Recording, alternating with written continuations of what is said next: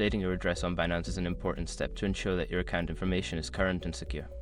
Follow these steps to make the necessary changes. Step 1. Log into your Binance account.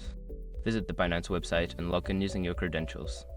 Ensure that you are using a secure internet connection to protect your account. Step 2. Navigate to account settings. Once logged in, locate the user icon or profile picture at the top right corner of the home page. Click on it and select account settings from the drop-down menu. Step 3. Access address information.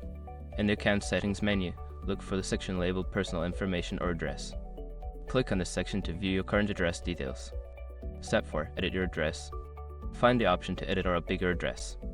Enter your new address information carefully, ensuring that all details are accurate and complete. Double check for any typos or errors. Step 5. Save changes.